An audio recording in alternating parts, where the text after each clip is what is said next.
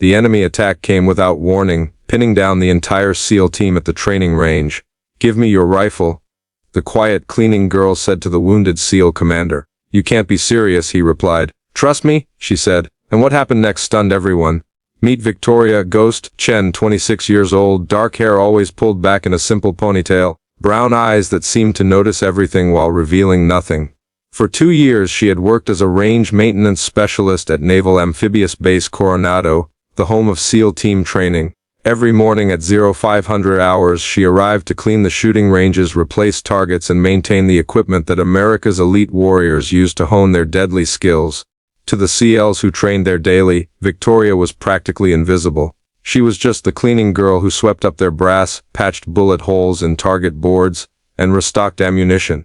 They barely acknowledged her presence, treating her like part of the furniture in their high-stakes world of advanced military training. But what none of them knew was that Victoria Chen carried the bloodline of one of the most legendary snipers in Army Special Forces history.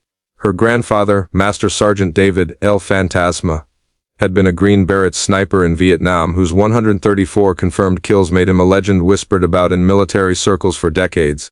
Victoria's childhood had been spent on her grandfather's ranch in rural Montana, where he had taught her everything about precision shooting that the Army couldn't or wouldn't teach. Every weekend of her youth had been dedicated to learning the art of the rifle, breath control, wind reading, ballistic calculations, and most importantly, the patience to wait for the perfect shot. "Little bird," her grandfather would tell her as they practiced at impossible ranges, "true sniper is not someone who just shoots accurately.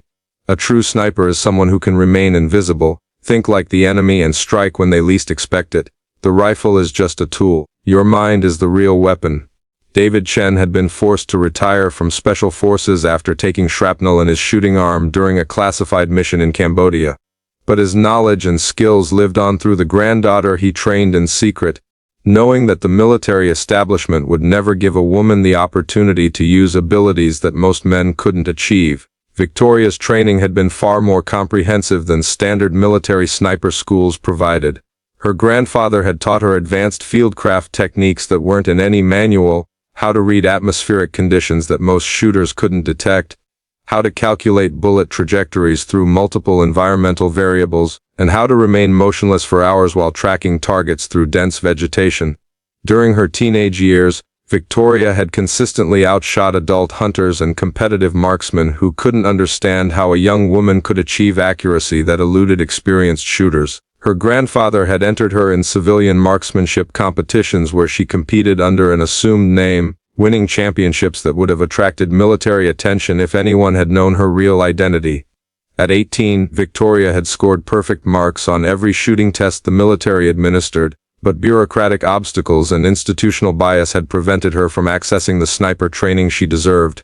Male recruiters had suggested more appropriate military occupational specialties, assuming that her interest in precision shooting was a temporary phase rather than a calling that defined her entire life. Victoria had tried to enlist as an Army sniper after graduating from Montana State University with a degree in ballistics and mechanical engineering. Her test scores were perfect, her marksmanship evaluations broke records, and her understanding of advanced shooting techniques impressed even veteran instructors.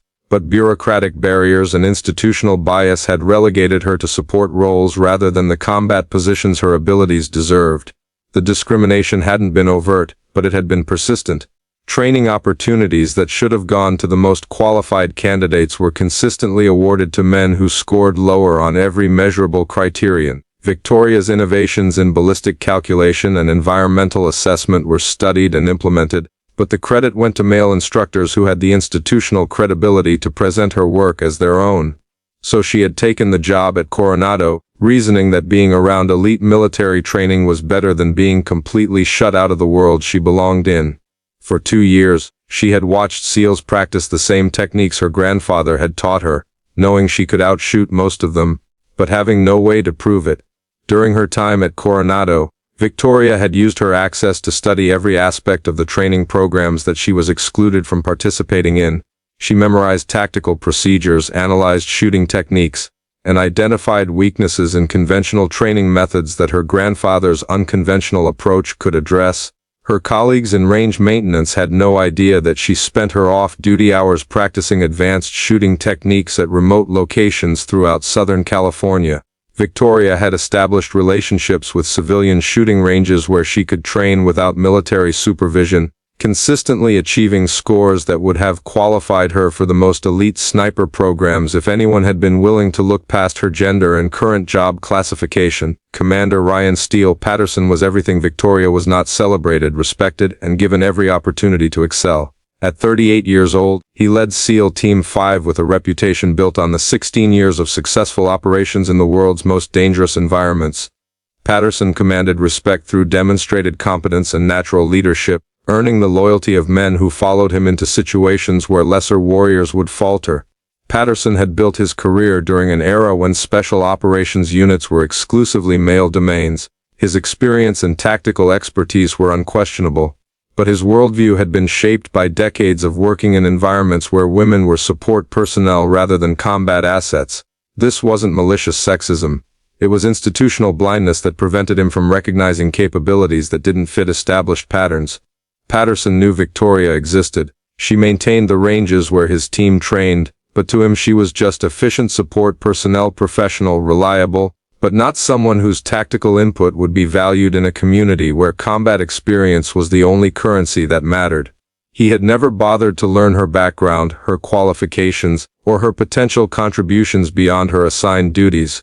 The relationship between Patterson and Victoria exemplified the broader challenge of institutional change in military culture. He respected competence and dedication, but his definition of both was limited by experiences that hadn't included working with women in combat roles. Victoria represented capabilities that he couldn't recognize because he had never been trained to look for them. The training exercise that changed everything had been designed as advanced urban warfare preparation. Patterson's team was conducting close quarters battle drills and precision shooting exercises when the peaceful morning at Coronado was shattered by an attack that no one had anticipated. The exercise had been planned as part of pre-deployment training for an upcoming mission in the Middle East. Patterson's team was scheduled to deploy within 6 weeks, and this training cycle was designed to ensure they were prepared for the complex urban environments where they would be operating. The irony that they were attacked during training for overseas operations was lost on no one who survived the engagement. At 08:47 hours, mortar rounds began falling on the base with devastating accuracy. The first explosion struck the main administration building, sending smoke and debris across the training areas. Within seconds, small arms fire erupted from multiple directions as enemy infiltrators engaged security forces throughout the facility. Contact, contact. Patterson's radio crackled with reports from across the base. Multiple hostiles have penetrated the perimeter. All training exercises are suspended. This is not a drill. The attack had been planned with military precision, suggesting that enemy forces had conducted extensive reconnaissance of the base layout and training schedules. The timing coincided with a shift change in security personnel, and the attackers had positioned themselves to exploit blind spots in the base's defensive coverage. Victoria had been replacing targets at the 800-meter range when the attack began. The first mortar explosion knocked her to the ground, showering her with dirt and concrete fragments. As she struggled to her feet, she could see muzzle flashes from enemy positions that had been established on the hills overlooking the base. Her first instinct wasn't to seek shelter like other civilian personnel. Instead, Victoria's training kicked in as she automatically began conducting tactical assessment of the enemy positions, identifying firing angles, estimating distances, and calculating the resources that would be needed to neutralize the threats she could observe. Patterson's team was trapped in the open, caught between the range facilities and enemy positions that commanded high ground on 3 sides. The SEALs were using whatever cover they could find: concrete barriers, equipment sheds, abandoned vehicles, but they were pinned down by coordinated fire from enemies who had clearly planned this attack in detail. "Steele, this is base command." Patterson's radio squawked with urgent instructions. "Enemy forces have breached perimeter security in multiple locations. Estimate 12 to 15 hostiles with crew-served weapons and sniper support. QRF is en route, but ETA is 15 minutes. 15 minutes might as well have been 15 hours. Patterson could see his team's tactical situation deteriorating by the minute. They were taking accurate fire from enemy snipers who had positioned themselves with perfect fields of fire across the training ranges. 2 of his men were already wounded, and their ammunition was being depleted by the defensive fire they were forced to maintain. Petty Officer Williams, Patterson's designated marksman, had taken a bullet through his shoulder and was losing blood rapidly. Petty Officer Thompson, the team's communications specialist, had suffered shrapnel wounds to his legs and was unable to move effectively. The rest of the team was pinned down by enemy fire that was becoming more accurate as the attackers adjusted their positions. That's when Patterson noticed something that made him question everything he thought he knew about the woman who cleaned their ranges. While his elite warriors were pinned down by enemy fire, Victoria Chen was moving through the chaos with purpose and confidence that seemed completely out of place for civilian support personnel. She wasn't running for shelter like other non-combatants. She wasn't panicking or seeking protection from the nearest SEAL. Instead, she was low, crawling toward the range equipment storage area with tactical awareness that reminded Patterson of his most experienced operators. "What the hell is she doing?" muttered Petty Officer Williams, Patterson's wounded sniper who was bleeding heavily behind a concrete barrier. Victoria reached the storage area and emerged with a Mark 11 sniper rifle, the same weapon system that Williams had been using before he was wounded. But instead of running toward the SEALs for protection, she was moving toward an observation tower that would give her elevated position over the entire engagement area. Patterson made a decision that his tactical training said was insane. He was going to find out what the cleaning girl thought she could accomplish with a sniper rifle. "Shen," he called out as enemy bullets sparked off the concrete near his position, "what do you think you're doing?" Victoria looked at him with eyes that showed no fear, only cold calculation. "Commander, I can eliminate the enemy sniper positions from the tower, but I need your spotting scope and radio frequency." Patterson stared at her as if she had just claimed she could fly. "You're civilian personnel, you can't." "Sir, your sniper is wounded, your team is pinned down, and backup is 15 minutes away. You can either let me help or you can watch your men die while we wait for the cavalry." The matter-of-fact way she delivered this assessment, combined with the tactical awareness she was demonstrating, made Patterson reconsider everything he thought he knew about Victoria Chen. The woman who had been invisible for 2 years was suddenly the only person on the range who seemed to have a plan. Enemy fire intensified, forcing Patterson to duck as bullets shattered the concrete above his head. When he looked up, Victoria was already moving toward the tower with the Mark 11. Her movement was so fluid and tactically sound that she looked like she belonged in combat gear rather than maintenance coveralls. "Williams," Patterson called to his wounded sniper, "give her your spotting scope and radio headset." "Sir, she's not qualified." "Williams, I don't care if she's qualified. I care if she can shoot. Look around. We're about to be overrun by hostiles who know exactly where we are. If she thinks she can help, I'm willing to let her try." Patterson made the hardest decision of his command career. He was going to trust the range cleaning girl with the lives of his entire team. Victoria accepted the spotting scope and radio equipment with hands that weren't shaking. As she prepared to climb the observation tower, Patterson grabbed her arm and looked directly into her eyes. "Shen, if you can't do this, tell me now. I won't send you up there to get killed trying to be something you're not." Victoria's response came in a voice so calm and confident that it sent chills down Patterson's spine. "Commander, trust me. This is what I was born to do."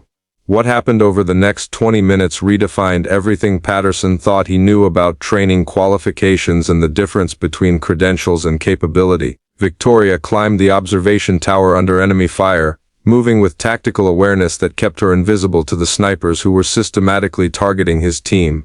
Once she reached the elevated position, her transformation from maintenance worker to precision shooter was so complete that Patterson began to understand he was witnessing something extraordinary. Through his binoculars, Patterson could see Victoria setting up the Mark 11 with the kind of methodical precision that took years to develop. Her shooting position was textbook perfect. Her scope adjustments were made with the confidence of someone who understood ballistics at a level that most snipers never achieved. "Overwatch, this is ground," Patterson called on the radio frequency Victoria was monitoring. "Target priority is the sniper position at 2 o'clock, approximately 600 meters. He's been keeping us pinned down for the last 10 minutes. Ground, Overwatch. I have visual on target, calculating wind drift and elevation. Standby." Victoria's voice over the radio was steady and professional, using terminology that military snipers trained for months to master. But more than just using the right words, she sounded like someone who understood the tactical situation and had a plan to solve it. The first shot came 30 seconds later. 600 meters away, the enemy sniper who had been terrorizing Patterson's team dropped instantly, his rifle tumbling from the position that had been perfectly concealed until Victoria's bullet found its mark. "Holy shit," whispered Petty Officer Davis, one of Patterson's youngest SEALs. "She actually made that shot." But Victoria wasn't finished. Patterson watched through his binoculars as she smoothly transitioned to her second target, another enemy sniper positioned on a different hilltop who had been firing at the base's main defensive positions. The second shot came 45 seconds after the first. Another enemy sniper eliminated with surgical precision that would have impressed instructors at the Navy's elite sniper schools. Ground overwatch. 2 targets down, identifying additional threats. Patterson keyed his radio with hands that were beginning to shake, not from fear, but from the realization that the woman who had been invisible for 2 years was systematically dismantling an enemy force that had his elite team pinned down. Overwatch ground. Outstanding shooting. Continue engaging targets of opportunity. What followed was a masterclass in precision marksmanship that Patterson would remember for the rest of his career. Victoria identified and eliminated enemy positions that his team hadn't even detected, using shooting techniques that demonstrated training far beyond anything the military taught in conventional courses. Her third target was an enemy machine gunner who had been suppressing the base's main entrance, preventing reinforcements from reaching the training area. The shot required her to calculate bullet drop and wind drift for a target at 750 meters who was partially concealed behind concrete barriers. The bullet found its mark with mathematical precision. Her fourth and fifth targets were enemy spotters who had been directing fire for the mortar team that was shelling the base. Victoria eliminated both spotters with shots that required her to predict their movement patterns and lead moving targets across broken terrain. By the time she fired her sixth shot, the enemy attack was collapsing. The coordinated assault that had pinned down an entire SEAL team was falling apart as their key personnel were systematically eliminated by someone they had never seen coming. Ground overwatch. I count 6 confirmed enemy Kia remaining hostiles appear to be withdrawing to the northeast. Recommend pursuit if you have available assets. Patterson stared up at the observation tower where Victoria was calmly conducting post-engagement procedures, securing her weapon, and preparing to climb down. The woman who cleaned their targets had just conducted a precision shooting exhibition that saved his entire team. When Victoria reached the bottom of the tower, Patterson was waiting for her with his entire team. The SEALs, who had barely acknowledged her existence for 2 years, were now looking at her with expressions that mixed amazement, respect, and confusion. "Shen," Patterson said quietly, "I need you to explain to me what just happened." Victoria handed him the Mark 11 rifle and removed the radio headset, her demeanor returning to the quiet professionalism that had made her invisible for so long. "Sir, I just did what needed to be done." "No," Patterson replied firmly. "What you just did was conduct precision shooting that most military snipers couldn't achieve. Where did you learn to shoot like that?" Victoria looked at the SEAL commander who had spent 2 years treating her like furniture, then at his team members who were alive because of skills they never knew she possessed. "My grandfather, Master Sergeant David Chen, Army Special Forces sniper, Vietnam. He taught me everything the military wouldn't." The silence that followed lasted almost a minute as Patterson processed what he had just learned. The woman who had been cleaning their ranges was the granddaughter of one of the most legendary snipers in Special Forces history, trained from childhood in techniques that exceeded anything his team had ever encountered. "Shen," Patterson said finally, "why didn't you ever tell us you could shoot?" Victoria's response carried 2 years of frustration and invisible expertise. "Sir, when would I have told you? You never asked. To all of you, I was just the cleaning girl who replaced your targets. Nobody was interested in what else I might be able to do." The quick reaction force arrived 15 minutes later to find the enemy attack completely neutralized and a SEAL team that had been fundamentally changed by discovering the warrior who had been hiding in plain sight among them. The after-action reports from the Coronado attack became classified case studies examined by special operations commands throughout the military. Victoria's shooting performance was analyzed as a perfect example of precision marksmanship under combat pressure, demonstrating capabilities that challenged conventional assumptions about training and qualification. Patterson's recommendation for Victoria's immediate commissioning as a naval officer was fast, tracked through channels that normally took months to navigate. Her performance had been so exceptional that senior commanders wanted to understand how someone with her capabilities had been overlooked by the military's talent identification systems. 6 months later, Victoria Chen was offered direct commission as a Navy officer and assignment to the military's most elite sniper programs. But more importantly, she never again had to prove that she belonged in the community of warriors who had finally learned to see her. Commander Patterson became her strongest advocate, frequently telling other officers, "Chen didn't just save my team that day. She taught us that the most dangerous assumption we can make is thinking we know everything about the people around us." The relationship between Patterson and Victoria evolved from commander and support staff to mutual respect between professionals who understood that excellence transcended traditional boundaries. Patterson learned to value tactical input from sources he had previously overlooked, while Victoria learned to work within institutional structures that were slowly adapting to recognize capabilities that didn't fit conventional patterns. Today, Lieutenant Commander Victoria Ghost Chen runs the Navy's Advanced Marksmanship Training Program, teaching both male and female snipers that excellence has nothing to do with expectations and everything to do with preparation meeting opportunity. Have you ever been invisible to people who didn't bother to learn what you were really capable of? Victoria's story reminds us that the most valuable assets are often the ones we overlook because they don't fit our preconceptions about where talent comes from. The SEALs who treated her like furniture learned that true capability doesn't announce itself. It simply performs when performance matters most. Sometimes the most elite warriors are the ones cleaning up after the people who think they're elite. If you believe that real strength often hides behind humble circumstances, share this story. Because somewhere, someone extraordinary is being overlooked by people who can't see past their own assumptions about what greatness looks like. Victoria Chen didn't just clean the ranges. She was forged by them, waiting for the moment when invisible expertise would become the difference between life and death.